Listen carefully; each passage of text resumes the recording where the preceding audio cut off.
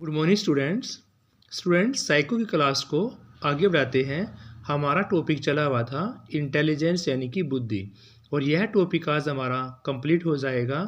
हमारा टॉपिक इसमें रहता था कि सामूहिक अशाब्दिक जो परीक्षण हैं वो रहते थे।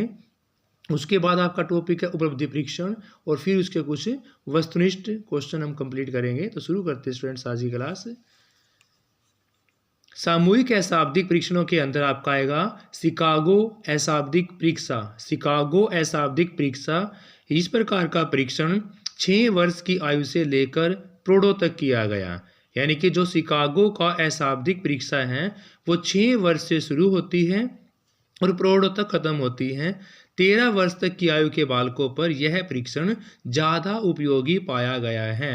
यानी 6 वर्ष से शुरू होता है, प्रौढ़ों तक किया जाता है, और 13 वर्ष तक की आयु के बालकों पर यह परीक्षण ज़्यादा उपयोगी पाया गया है। देखो स्टूडेंट्स, सामूहिक अशाब्दिक परीक्षण में नाम हो जाता है आपका शिकागो अशाब्दिक परीक्षा। और 3 क्वेश्चन तैयार हो जाते हैं कि यह परीक्षण 6 वर्ष की आयु से लेकर प्रौढ़ों तक किया जाता है और 13 वर्ष तक के बच्चों के बालकों पर यह ज़्यादा उपयोगी पाया गया है। फिर आपका कैटिल का कल्चरल फ्री टेस्ट है। कैटिल का कल्चरल फ्री टेस्ट या NIIP अशाब्दिक बुद्धि परीक्षण है। शाब्दिक नहीं है, अशाब्दिक है, जो अनपढ़ लोगों पर अप्लाई किया जाएगा। कैटिल का कल्चर फ्री टेस्ट या NIIP किस प्रकार का है? अशाब्दिक बुद्धि परीक्षण है। कैटिल का कल्चर फ्री टेस्ट या NIIP अशाब्दिक बुद्धि परीक्षण है स्टूडेंट्स। तीसरा है आपका पिंगन अशाब्दिक परीक्षण। यह परीक्षण इंग्लैंड के मनोवैज्ञानिक पिंगन द्वारा किया गया था। पिंगन अशाब्दिक परीक्षण इंग्लैंड के मनोवैज्ञानिक पिंगन द्वारा किया गया। इसमें 4 उप परीक्षण हैं: प्रत्यक्षात्मक, गति, समानताएं, सादृश्य, आकृति, क्रम। यानी कि प्रत्यक्षात्मक गति है, समानताएं है, सादृश्यता है और आकृति का क्रम है स्टूडेंट्स। तो पिंगन अशाब्दिक परीक्षण, यह परीक्षण इंग्लैंड के मनोवैज्ञानिक पिंगन द्वारा किया गया था। इसमें 4 उप परीक्षण हैं: प्रत्यक्षात्मक गति, समानताएं, सादृश्यता और आकृति का क्रम। फिर है डॉक्टर गुडेनेफ मनुष्य कर्षण परीक्षण। यह परीक्षण 3.5 वर्ष से लेकर 13 वर्ष तक की अवस्था के बालकों के लिए। यह परीक्षण 3 वर्ष से लेकर 13.5 वर्ष तक के बालकों के लिए बनाया गया, और वह गुडेनेफ और अन्य व्यक्तियों की इस खोज पर आधारित है कि कर्षण बुद्धि की ओर संकेत करता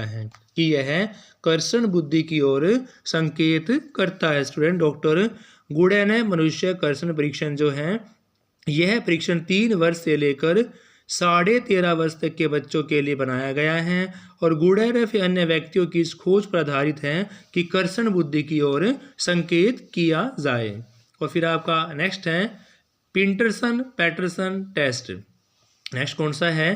पिंटरसन पैटरसन टेस्ट है। इस परीक्षा के परीक्षण पद निम्न या बहुविकल्पी प्रकार के होते हैं। यानी इसमें जो परीक्षण किया जाएगा, जो क्वेश्चनों का टाइप होगा वो बहुविकल्पी होगा। जैसे चित्र खींचना, व्युत्क्रम आलेखन, प्रतिकृति संश्लेषण। इसका निर्माण बहरे व्यक्तियों अथवा ऐसे छात्रों की बुद्धि का मापन करने के लिए किया जाएगा जिनका भाषा संबंधी पिछड़ापन इस सीमा तक पहुंच गया है कि उनकी बुद्धि का मापन किसी भी शाब्दिक परीक्षा द्वारा नहीं किया जा सकता है। पिंटरसन पैटरसन टेस्ट, इस परीक्षा के परीक्षण पद में बहुविकल्पी प्रकार के होते हैं। बहुविकल्पी में जैसे चित्र खींचना है, व्युत्क्रम आलेखन है, प्रतिकृति संश्लेषण है, या इसका निर्माण बहरे व्यक्तियों और ऐसे छात्रों की बुद्धि का मापन करने के लिए किया जाएगा जिनका भाषा संबंधी पिछड़ापन इस सीमा तक पहुंच गया है कि उनकी बुद्धि का मापन किसी भी शाब्दिक परीक्षा द्वारा नहीं किया जा सकता। नेक्स्ट है स्टूडेंट्स आपका आर्मी बीटा परीक्षण। यानी कि आर्मी बीटा परीक्षण जो है, इस परीक्षण की रचना अमेरिका में की गई और सबसे पहला अभाषिक बुद्धि परीक्षण भी आर्मी बीटा परीक्षण था, जो विदेशी और अंग्रेजी से भिन्न भाषा भाषी और अशिक्षित सिपाहियों की बुद्धि का परीक्षण करने के लिए तैयार किया गया था। यानी इस परीक्षण की रचना अमेरिका में हुई और सबसे पहला आभाषिक बुद्धि परीक्षण आर्मी बीटा था, जो विदेशी और अंग्रेजी के भिन्न भिन्न भाषा भाषी शिक्षित सिपाहियों की बुद्धि परीक्षण के लिए तैयार किया गया था। रैविन प्रोग्रेसिव मैट्रिसेस, रैविन ने इसकी रचना 1938 में बुद्धि के सामान्य तत्वों का मापन करने के लिए की गई थी। इसके दो प्रतिरूप हैं। बालकों के लिए इसे रंगीन प्रोग्रेसिव मैट्रिसेस के नाम से जाना जाता है। बालकों के लिए इसे रंगीन प्रोग्रेसिव मैट्रिसेस के नाम से जाना जाता है और वयस्कों में इसको स्टैंडर्ड प्रोग्रेसिव मैट्रिसेस के नाम से जानते हैं। वयस्कों में स्टैंडर्ड प्रोग्रेसिव मैट्रिसेस के नाम से जानते हैं। वर्तमान में इसके एक अन्य प्रारूप उच्च प्रोग्रेसिव मैट्रिसेस का भी प्रकाशन हो गया है। वयस्कों के लिए इसको स्टैंडर्ड प्रोग्रेसिव मैट्रिसेस के नाम से जाना जाता है। वर्तमान में इसके एक अन्य प्रारूप उच्च प्रोग्रेसिव मैट्रिसेस का प्रकाशन भी किया गया था।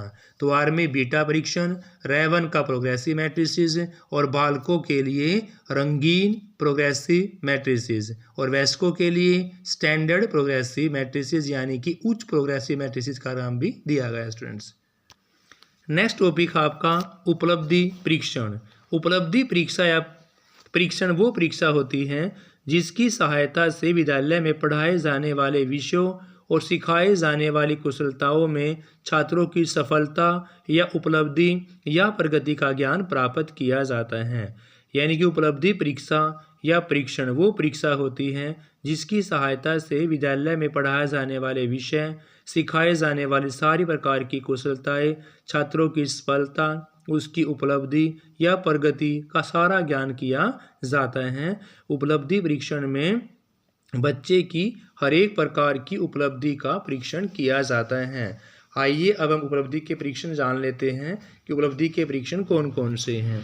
जैसे पहले हैं परीक्षण के उद्देश्य की दृष्टि से। अगर हम उपलब्धि परीक्षण की बात करते हैं तो सबसे पहला आपका परीक्षण के उद्देश्य की दृष्टि से सामान्य उपलब्धि परीक्षण और निदानात्मक परीक्षण। उपलब्धि परीक्षण के प्रकार में परीक्षण के उद्देश्य की दृष्टि से सामान्य उपलब्धि परीक्षण और निदानात्मक परीक्षण है। दूसरा है परीक्षा विधि की दृष्टि से। परीक्षा विधि की दृष्टि से मौखिक परीक्षण, क्रियात्मक परीक्षण, निबंधात्मक परीक्षण, वस्तुनिष्ठ परीक्षण। तो स्टूडेंट्स परीक्षण का जो उद्देश्य है उपलब्धि जो परीक्षण है उसके प्रकार में दूसरा टाइप आपका परीक्षा विधि की दृष्टि से। तो परीक्षा विधि में मौखिक परीक्षण आएगा, क्रियात्मक परीक्षण आएगा, निबंधात्मक परीक्षण आएगा और लास्ट आपका वस्तुनिष्ठ परीक्षण। वस्तुनिष्ठ परीक्षणों का विकास करने का श्रेय J.M. राइस को दिया जाता है। वस्तुनिष्ठ परीक्षणों का विकास करने का श्रेय जो है वो J.M. राइस को दिया जाता है। ज्ञान उपलब्धि, ज्ञान, आयु और मानसिक आयु का अनुपात ज्ञान लब्धि कहलाता है। ज्ञान, आयु और मानसिक आयु का अनुपात क्या कहलाएगा? ज्ञान, आयु और मानसिक आयु का अनुपात आपका ज्ञान लब्धि होता है।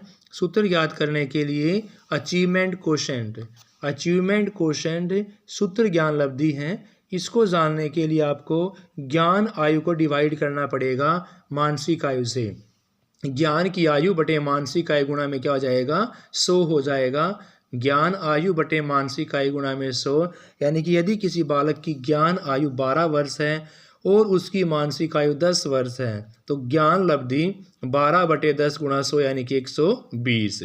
यदि किसी बालक की ज्ञान आयु 12 वर्ष और उसकी मानसिक आयु 10 वर्ष है तो ज्ञान लब्धि 12 बटे 10 गुणा 100 यानी कि 120 वर्ष। तो औसत बालक की उपलब्धि या ज्ञान लब्धि 100 इकाई मानी जाती है। 100 इकाई से अधिक ज्ञान लब्धि होने पर ज्ञान अर्जन गति याद की जाती है। देखो, यदि किसी बालक की ज्ञान आयु 12 वर्ष है और उसकी मानसिक आयु 10 वर्ष है तो ज्ञान की लब्धि 12 बटे 10 गुणा 100 यानी कि 120। 120 औसत बालक की उपलब्धि या ज्ञान लब्धि 100 इकाई मानी जाती है।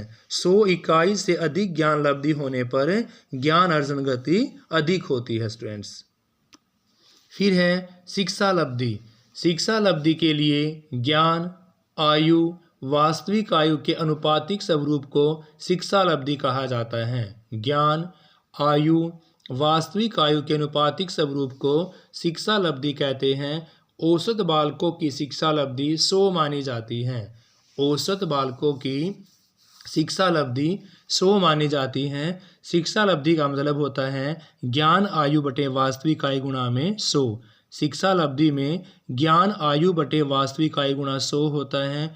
यदि किसी बालक की ज्ञान आयु 8 वर्ष है, वास्तविक आयु 5 वर्ष है, तो शिक्षा लब्धि उसकी 8 बटे 5 गुणा 100 यानी कि 160 होगा। और चूंकि शिक्षा लब्धि 100 से ज़्यादा है तो बालक शिक्षा में क्या है, अग्रणी माना जाएगा। यानी कि 100 से ज़्यादा शिक्षा लब्धि होने से बालक शिक्षा में अग्रणी माना जाता है। तो शिक्षा लब्धि के लिए ज्ञान, आयु, वास्तविक आयु के अनुपातिक स्वरूप को शिक्षा लब्धि कहते हैं। औसत बालकों की शिक्षा लब्धि 100 मानी जाती है। सूत्र की बात करते हैं तो शिक्षा लब्धि आपका ज्ञान आयु के बटे वास्तविक आयु गुणा 100 है। यदि किसी बालक की ज्ञान आयु 8 वर्ष और वास्तविक आयु 5 वर्ष है तो शिक्षा लब्धि 8 बटे 5 गुणा 100 यानी कि 160 होगी। चूँकि शिक्षा लब्धि 100 से ज़्यादा है तो बालक शिक्षा में अग्रणीय माना जाएगा। अभिक्षमता किसी एक क्षेत्र या समूह में व्यक्ति की कार्य कुशलता की विशिष्ट योग्यता या विशिष्ट क्षमता होती है। अभिक्षमता मापन का मुख्य उद्देश्य बालक की छिपी हुई अप्रत्यक्ष योग्यताओं को पहचान कर उसे उचित पर्यावरण प्रदान करना होता है। अभिक्षमता परीक्षण का अर्थ है फ्रीमैन ने 1965 में अभिक्षमता परीक्षण के अर्थ में फ्रीमैन 1965 में अभिक्षमता परीक्षण वो परीक्षण होता है जिससे किसी विशिष्ट क्षेत्र में कोई विशिष्ट कार्य करने में व्यक्ति की प्राप्त दक्षता का मापन किया जाता है। यानी अभिक्षमता परीक्षण का अर्थ फ्रीमैन के अकॉर्डिंग 1965 में अभिक्षमता परीक्षण वो परीक्षण होता है जिसमें किसी विशिष्ट क्षेत्र में कोई विशिष्ट कार्य करने में व्यक्ति की प्राप्त क्षमता का मापन किया जाता है। अभिक्षमता परीक्षण का अर्थ फ्रीमैन ने 1965 में अभिक्षमता परीक्षण का परीक्षण करवाया था जिसमें किसी विशिष्ट क्षेत्र में विशिष्ट कार्य करने के लिए व्यक्ति की प्राप्त क्षमता को मापन किया जाता है। स्टूडेंट्स आइए हम इंटेलिजेंस के टॉपिक के ही वस्तुनिष्ठ जो क्वेश्चन हैं वो कंप्लीट करते हैं। स्टूडेंट्स फर्स्ट क्वेश्चन है बुद्धि तार्किक चिंतन है। बुद्धि तर्क करने की योग्यता है, तार्किक चिंतन है, तो इसके बारे में बताया था स्पीयरमैन मॉडल। फिर है बुद्धि अमूर्त विचारों के बारे में सोचने की योग्यता है। बुद्धि अमूर्त विचारों के बारे में सोचने की योग्यता है, यह हरमन मॉडल के द्वारा कहा गया था। और बुद्धि से तात्पर्य पूर्व अनुभव का लाभ उठाने की योग्यता है कि जो बच्चे ने पहले सीखा हुआ है उसके लाभ से ही वह उन पुराने अनुभव को जोड़कर ही वह नया काम सीखता है। तो पूरे अनुभव का लाभ उठाने की योग्यता है बुद्धि ने कहा। और ये बुद्धि के किस सैलुस्ट ने कहा गया बुद्धि के बारे में, ये परिभाषा दी गई थोरनडाइक के द्वारा।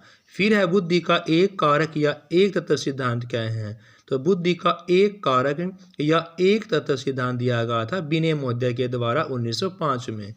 फिर है बुद्धि का क और ख, बुद्धि का क और बुद्धि का ख सिद्धांत हाब ने दिया था। मैंने आपको बताया था क और ख में 2 अक्षर हैं और हैब में भी कितने हैं, 2 हैं। तो बुद्धि का क और ख सिद्धांत दिया गया था हैब महोदय के द्वारा। फिर क्वेश्चन आपका अगला, बुद्धि ज्ञान का अर्जन करने की क्षमता है और यह परिभाषा किसके द्वारा दी गई थी। तो बुद्धि ज्ञात अर्जन करने की क्षमता, यह परिभाषा वुड्रो महोदय ने दी थी। किसने, वुड्रो ने। स्टूडेंट्स नेक्स्ट है बुद्धि का पदानुक्रमिक सिद्धांत इनमें से किसने दिया था। तो बुद्धि का पदानुक्रमिक सिद्धांत दिया गया था बर्ट या वर्नन के द्वारा। बुद्धि का पदानुक्रमिक सिद्धांत बर्ट या वर्नन ने दिया। बुद्धि का द्विकारक द्वितत्व, बुद्धि का द्विकारक द्वितत्व सिद्धांत दिया गया था स्पीयरमैन के द्वारा। बुद्धि का प्रतिमान थॉमसन जॉनसन के द्वारा। देखो करवा चुका हूँ सारे क्वेश्चन में आपको। ये बुद्धि का प्रतिमान सिद्धांत दिया गया था जॉनसन थॉमसन महोदय के द्वारा। बुद्धि को योग्यता प्राप्त करने की योग्यता किसने कहा है? तो बुद्धि को योग्यता प्राप्त करने की योग्यता वुडवर्थ ने कहा है। बुद्धि के प्रकार कौन कौन से होते हैं? तो बुद्धि के 3 प्रकार मूर्त, अमूर्त, सामाजिक, यानी कि सारे के सारे हैं। 3 प्रकार की बुद्धि थॉर्नडाइक महोदय ने बताई थी, मूर्त बुद्धि, अमूर्त बुद्धि और सामाजिक बुद्धि। बुद्धि कितने प्रकार की होती है? बता चुका हूँ, बुद्धि 3 प्रकार की होती है स्टूडेंट्स। अगला क्वेश्चन है, बुद्धि का बहुकारक सिद्धांत किसने दिया था? तो बुद्धि का बहुकारक सिद्धांत भी थॉर्नडाइक के द्वारा दिया गया। बुद्धि का त्रिकारक सिद्धांत, देखो एस और पी स्पेसिफिक और जो आपका विशिष्ट था, उसके अलावा समूह कारक जोड़ने से स्पीयरमैन के फिर द्विकारक की जगह 3 तत्व सिद्धांत हो जाता है। तो त्रितत्व सिद्धांत या त्रिकारक सिद्धांत भी आपका थॉर्नडाइक महोदय के द्वारा ही दिया गया था। नेक्स्ट है, बुद्धि को एक तत्व या एक कारक मानने वाले मनोवैज्ञानिक कौन कौन से थे? कि आपकी बुद्धि एक कारक से बनी हुई है, वो जॉनसन, स्ट्रन, टर्मन, बीने और साइमन। यानी बुद्धि को एक तत्व या एक कारक मानने वाले मनोवैज्ञानिकों में जॉनसन, स्ट्रन, टर्मन, बीने और साइमन आता है। बुद्धि का त्रिआयामी सिद्धांत गिलफोर्ड के द्वारा दिया गया था। बुद्धि का त्रिआयामी सिद्धांत गिलफोर्ड के द्वारा दिया गया था। द्वितत्व सिद्धांत के अनुसार बुद्धि के 2 कारक कौन कौन से हैं? तो 2 कारक है, सामान्य और विशिष्ट। बुद्धि का समूह कारक सिद्धांत किसके द्वारा दिया गया? तो बुद्धि का समूह कारक सिद्धांत दिया गया था आपका थर्स्टन के द्वारा। समूह किसका था? थर्स्टन का था स्टूडेंट्स। बुद्धि को सीखने अनुभव का लाभ उठाने की योग्यता किसके द्वारा कहा गया था? बुद्धि को सीखने या अनुभव के द्वारा लाभ उठाने की योग्यता कहा गया था डियरबोर्न के द्वारा। Dearborn, C is right answer students. Next है, बुद्धि का बहुतत्व या बहुकारक सिद्धांत इनमें से किसके द्वारा दिया गया? तो बुद्धि का बहुतत्व या बहुकारक सिद्धांत दिया गया था थॉर्नडाइक के द्वारा। किसके अनुसार नवीन परिस्थितियों से चेतन अनुकूल ही बुद्धि होती है? तो रोस के अकॉर्डिंग नवीन परिस्थितियों से चेतन अनुकूल ही बुद्धि होती है। सबसे पहले बुद्धि लब्धि का सूत्र दिया गया था स्ट्रन के द्वारा। सबसे पहले बुद्धि लब्धि स्ट्रन महोदय द्वारा दी गई थी। स्ट्रन ने बुद्धि लब्धि का सूत्र कब दिया? तो स्ट्रन के द्वारा बुद्धि लब्धि 1912 में दी गई थी। बुद्धि लब्धि का संशोधित व सर्वमान्य सूत्र कौन सा है? तो बुद्धि लब्धि का संशोधित और सर्वमान्य सूत्र टर्मन ने दिया था। टर्मन ने बुद्धि जो परीक्षण दिया था वो कब दिया था? 1916 में दिया स्टूडेंट्स। कब दिया? 1916 में। किसने? टर्मन ने। नेक्स्ट क्वेश्चन है, गिलफोर्ड ने बुद्धि का सिद्धांत कब दिया? तो गिलफोर्ड महोदय ने बुद्धि का सिद्धांत 1967 में, गिलफोर्ड ने 1967 में दिया। बुद्धि लब्धि निकालने का वास्तविक सूत्र पूछा हुआ है, तो MA/CA मल्टीपल में 100। बुद्धि लब्धि निकालने का मानसिक आयु बटे में वास्तविक आयु गुणा में 100 होगा। मानसिक आयु का विचार 1908 में सबसे पहले, देखो मानसिक आयु के बारे में, बुद्धि के बारे में बिने 1905 में बताया और मानसिक आयु के बारे में 1908 में बिने नहीं बताया था। बुद्धि का द्विकारक 2 तत्व सिद्धांत 1904 में स्पीयरमैन के द्वारा दिया गया था। जिस आयु में बालक की मानसिक योग्यता का पूर्ण विकास हो जाता है, मानसिक योग्यता का पूर्ण विकास हो जाता है 14 वर्ष की आयु तक, यानी कि 14 वर्ष की आयु तक मानसिक योग्यता का विकास पूर्ण हो जाता है। मूर्त बुद्धि को ही आप यांत्रिक बुद्धि कह सकते हैं, जो इंजीनियर वगैरह में पाई जाती है। मूर्त बुद्धि को ही आप यांत्रिक बुद्धि का नाम दे सकते हैं। नेक्स्ट क्वेश्चन है, बुद्धि का समूह कारक सिद्धांत थर्स्टन ने दिया था। बुद्धि का समूह कारक सिद्धांत थर्स्टन ने दिया था 1938 में। यदि एक बच्चे की मानसिक उम्र 5 वर्ष है, वास्तविक उम्र 4 वर्ष है, तो बच्चे का IQ 125 होगा स्टूडेंट्स, क्योंकि MA/CA मल्टीपल क्या करोगे? 100। उसकी मानसिक आयु 5 वर्ष की है, वास्तविक आयु 4 वर्ष की है और मल्टीपल में 100 लगेगा, तो इसलिए उसकी आयु के लेवल निकलेगा 125।